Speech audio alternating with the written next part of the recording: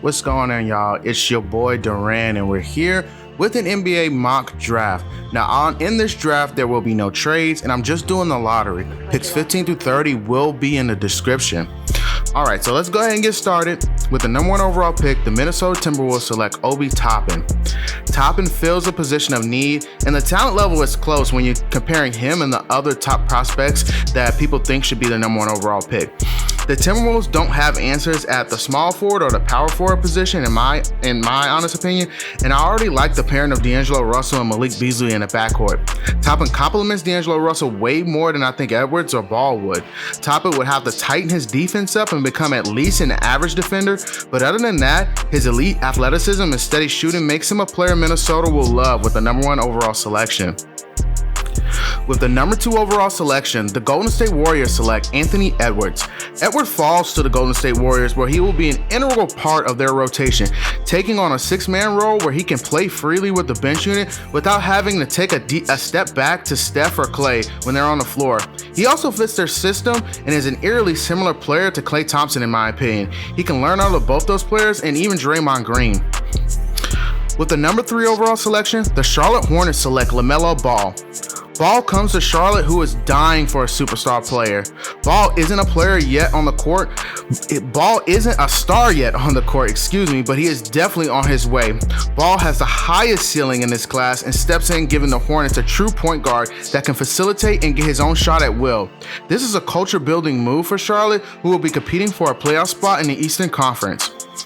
With the number 4 overall pick, the Chicago Bulls take Deni Avdija, the Israeli superstar who is ready to take on the NBA after dominating his league overseas.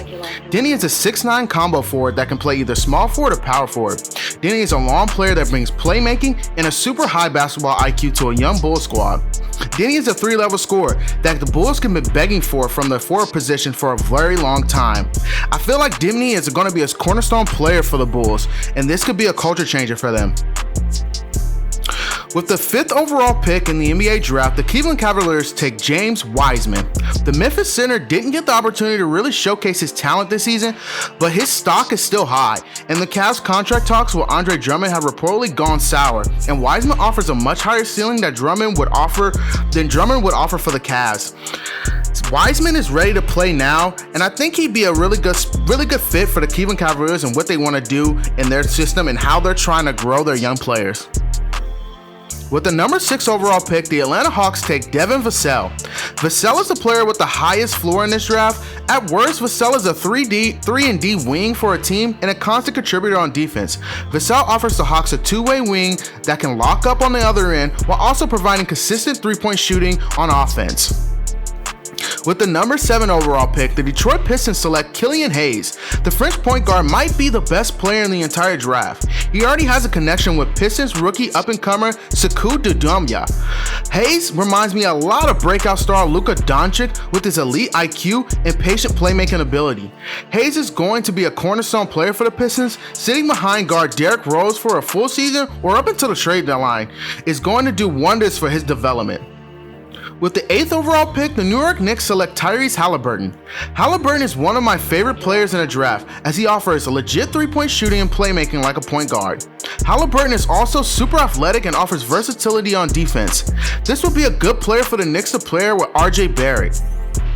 With the 9th overall pick in the NBA draft, the Washington Wizards select Onyeka Okongwu.